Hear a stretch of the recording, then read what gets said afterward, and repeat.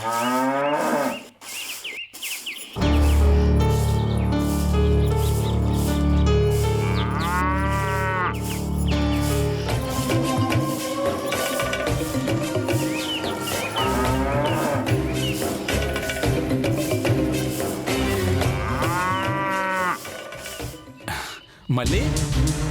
இப்படி நாள் பூரா கஷ்டப்படுறியே, உனக்கு சோர்வுங்கிறதே கிடையாதா?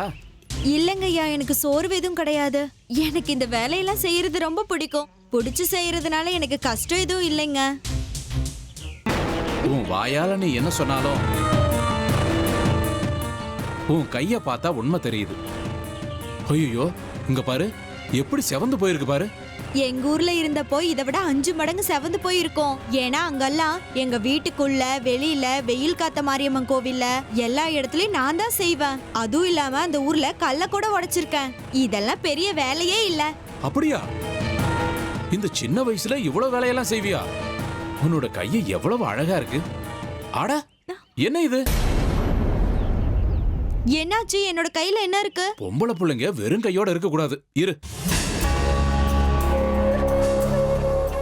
இத போட்டுக்க. உன்னோட மிருதுவான விரல்ல இத போட்டுக்கிட்டா இது ரொம்ப ரொம்ப அழகா இருக்கும். இல்லங்கய்யா, எனக்கு இதெல்லாம் எதுவும் வேண்டாம். இதெல்லாம் போட்டுக்கிற பழக்கமும் எனக்கு இல்ல. நம்ம வாழ்க்கையில எத்தனையோ விஷயங்கள் நமக்கு முதல் தடவை நடக்கும். ஆனா போக போக எல்லாமே பழகிடும். இருந்தாலும் எனக்கு இதெல்லாம் வேண்டாங்கய்யா. வேலை செய்யும் போது இதெல்லாம் கஷ்டமா இருக்கும். அதுவும் இல்லாம எனக்கு இது பிடிக்காதுங்கய்யா. என்ன வாயார நீ ஐயா ஐயான்னு கூப்பிடுற பாரு, அதுவே எனக்கு போதும். என் வாழ்க்கையில எல்லா சந்தோஷமும் கிடைச்ச மாதிரி இருக்கு. அதுவும் இல்லாம நான் என்ன உனக்கு 3வது மனுஷனா? நீ இந்த மோதிரத்தை வேண்டான்னு சொன்னா என் மனசு உடைஞ்சு போயிரும். இது அம்மனுக்கு பூஜை பண்ணி கொண்டு வந்த மோதிரம். அம்மனுக்கு பூஜை பண்ணி கொண்டு வந்ததா இது? ஆமா மல்லி, எங்க கைய கொடு. கைய கொடுங்கறல.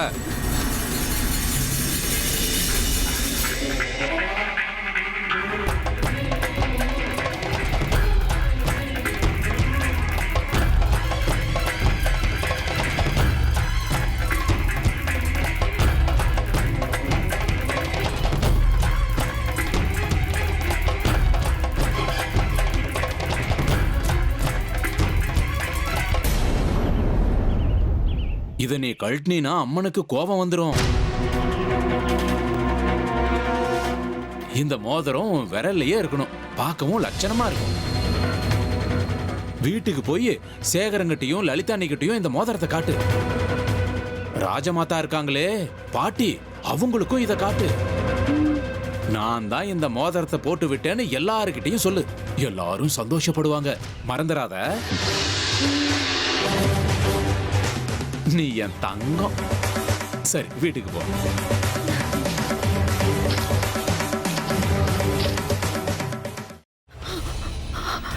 இதுக்கு மேல என்ன சொல்ல போற? சொல்றதுக்கு வேற ஏதாவது பொய் இருந்தா சொல்லிடு. அவதான் ஏமாத்தி எல்லாத்தையும் என்கிட்ட இருந்து பறிச்சிட்டான்னு பார்த்தா நீயும் இப்ப அதே தான் பண்ணிருக்க.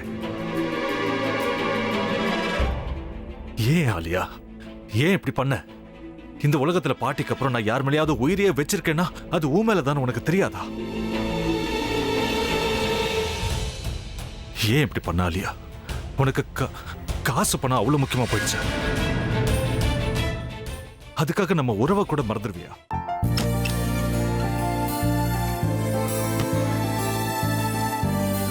சக்தி சக்தி, ஒரு நிமிஷம்.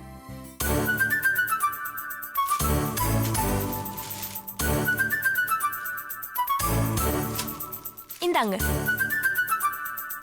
என்ன இது? உங்களுக்கு பிடிச்ச பிராண்ட் செப்பல். இது என்ன, நான் தலையில வச்சுட்டு தூங்கணுமா?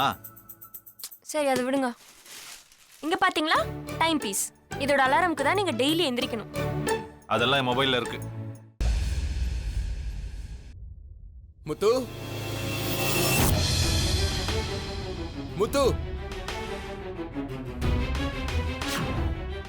என்னடி இவன் முத்துன்னு ஒருத்திய உருவாக்கி விட்டா? செல்வியை மறப்பான்னு பார்த்தா எப்ப பார்த்தாலும் முத்து முத்துன்னு கூப்பிட்டு இருக்கான். முத்துவ கூப்பிட மட்டுமா செய்யறான்? முத்துவ வச்சு என்னென்னமோ செய்யறான். நாம தான் இளிச்சவாய் மாதிரி வேடிக்கை பார்த்துட்டு இருக்கோம். என்ன முறைச்சு என்ன பிரயோஜனமாயா? உனக்கு வேற குரல் போயிடுச்சு. அடுத்து அவ செல்வியை கூப்பிட்டானா என்ன பண்ண போற? உன்னுடைய விருப்பப்படியே நீ ராமநாத வீட்டு மருமகளா வாழப் போற. கண்டிப்பா என்னுடைய ஸ்தானத்திலிருந்து அவன் உன்னை நல்லா பார்த்துக்குவான் அம்மா. டேய், அவரை பத்தி தான் உனக்கு தெரியும்ல. அவர் எந்த முடிவு எடுத்தாலும் அதான் ஃபைனல். நம்ம அப்பா வேணுமா வேணாமாங்கிறத நீயே முடிவு பண்ணிக்கோ. வாடா.